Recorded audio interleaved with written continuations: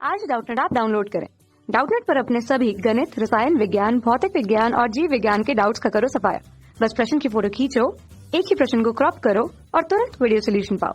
अभी डाउनलोड करें। देखिए वो जो सवाल में दिया गया है कि एक प्रकाश का एक बिंदु स्रोत इसके पश्चात अक्ष पर एक उत्तल यानी कि कन्वर्जिंग लेंस से 15 सेंटीमीटर दूरी पर रखा जाता है और लेंस की फोकस दूरी जो है वो 10 सेंटीमीटर दी हुई है तथा उसका जो व्यास है वो 3 सेंटीमीटर दिया हुआ है। लेंस के दूसरे भाग पर स्थित एक पर्दा इससे 20 सेंटीमीटर की दूरी पर लेंस के अक्ष के लंबवत रखा है, तब पर्दे के प्रदीप्त भाग का क्षेत्रफल ज्ञात कीजिए। ध्यान से देखिए बच्चों, इस वाले सवाल में आपसे क्या बोला गया है, सबसे पहले तो उस चीज को समझने की कोशिश करना। जैसे कि मान लीजिए आपके पास में ये वाला एक उत्तल लेंस ये वाला दिया गया है ना, और ये इसकी हो गई मुख्य अक्ष। बस आपको इसमें क्वेश्चन में समझना है कि क्या चीज बोली गई है। अब यहां से ये कुछ एक बिंदु वस्तु जो रखी हुई है ये ओ रखी हुई है ना। अब ऐसे बोला गया है कि इससे यहां पर 20 सेंटीमीटर की दूरी पर है ना एक पर्दा रखा हुआ है।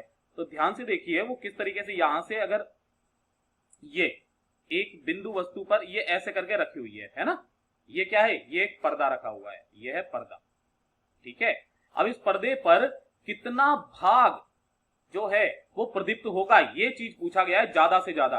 तो ध्यान से देखिए यहां से क्या करने, ज्यादा से ज्यादा निकालने के लिए क्या करेंगे, यहां से जो किरणें निकलेगी ना वो कुछ ऐसे करके जाएंगी है ना। यहां से जो किरण निकलेगी वो लगभग ज्यादा से ज्यादा हमारा क्षेत्रफल क्या करेगी बच्चों, कवर करेगी।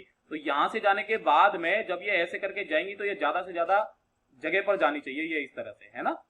और ये यहां से भी जो निकलेगी वो भी कुछ ये इस तरीके से और यहीं पर इस तरीके से जाएंगी। तो यहां पर क्या होगा कि ये वाला जो एरिया होगा ना, ये वाला जो क्षेत्रफल है ये कैसा हो जाएगा, प्रदीप्त हो जाएगा। यानी कि इसके कारण जो यहां पर क्या बन रही होगी, यहां पर हमारा एक प्रतिबिंब बन रहा होगा है ना, प्रतिबिंब इस जगह पर बनेगा। अब आपको इसकी फोकस दूरी दी हुई है, फोकस दूरी बराबर कितनी दी हुई है, देखिए बच्चों ये दी हुई है 10 सेंटीमीटर है ना, और ये वाली दूरी कितनी दी गई है, ये दी गई है 15 सेंटीमीटर। तो इसको निकालने के लिए हम लोग क्या करेंगे, सीधा सीधा आप ध्यान से देखिएगा, समझना इस वाले को।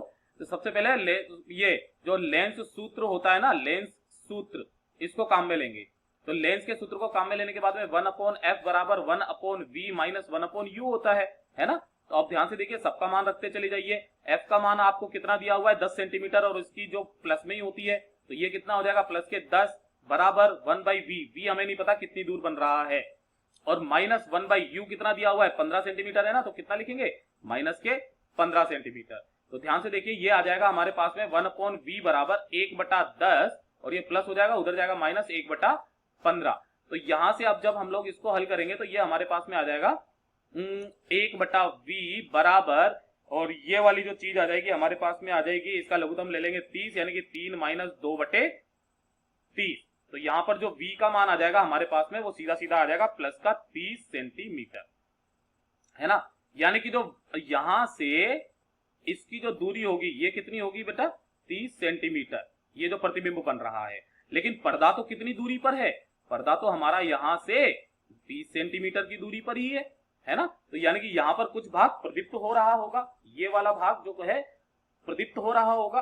अब इस चीज को समझने की कोशिश करना, यहां से हमें ये वाली दूरी दी गई है भाई, इसका पूरा का पूरा व्यास दिया गया है कितना, वो कितना दिया गया है, इसका व्यास 3 सेंटीमीटर।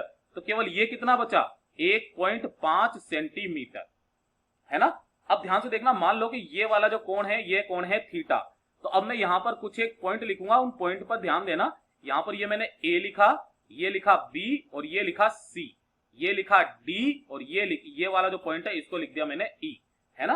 अब ध्यान से देखिए कि ये 1.5 है, तो अगर मेरे को ये वाली जो दूरी है ये आर, अगर ये आर पता चल जाएगा तो मेरे को ये पूरा का पूरा जो क्षेत्रफल है ये वाला क्षेत्रफल पता चल जाएगा। तो इसी के लिए मैं पूरा का पूरा अब गणितीय विधि अपनाऊंगा। तो ध्यान से देखिए, सबसे पहले त्रिभुज कौन सा वाला हमारे पास में, त्रिभुज एबीसी में, त्रिभुज एबीसी के अंदर देखेंगे तो टेन थीटा निकालो। तो टेन थीटा बराबर जो आएगा वो कितना आ जाएगा, टेन थीटा क्या होता है लंब बटे आधार। तो इसके लिए लंब कितना है 1.5 बटे आधार कितना है पूरा का पूरा ये 30 है ना। और यही बराबर किसके होगा, अगर हम छोटे वाले में देखें किसके अंदर, त्रिभुज डीईसी के अंदर, तो उसमें भी टेन थीटा बराबर कितना आएगा, वो आ जाएगा आर बटे, और ये वाली दूरी कितनी बची, अब ये तो बची 10 सेंटीमीटर क्योंकि ये पूरी 30 है, ये 20 है, तो ये 10 सेंटीमीटर यानी कि r/10। अब क्या करना है? अब तो कुछ नहीं करना, सीधा सीधा मान रख देना है। इन दोनों पदों से देखिए ध्यान से, तो r का मान जो आ जाएगा वो आ जाएगा 1/2 सेंटीमीटर। अब आपसे क्या पूछा गया है? प्रदीप्त